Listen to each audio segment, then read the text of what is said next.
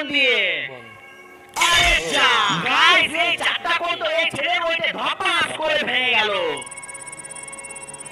এবার একবারে 10টা, চলো দেখাই যাক এই বাচ্চার ওয়েট নিতে পারে কিনা। যা গাইস, এই 10টাও ভেঙে গেল। এবার একবারে 25টা, চলো দেখাই যাক। গাইস এবার মনে হয় ওয়েট নিয়েই নেবে। আরে যা গাইস, পড়েই তো গেল, ওয়েট নিতে পারলো না। গাইস এবার একবারে 50টা, এবার তো ওয়েট নিতে পারবে।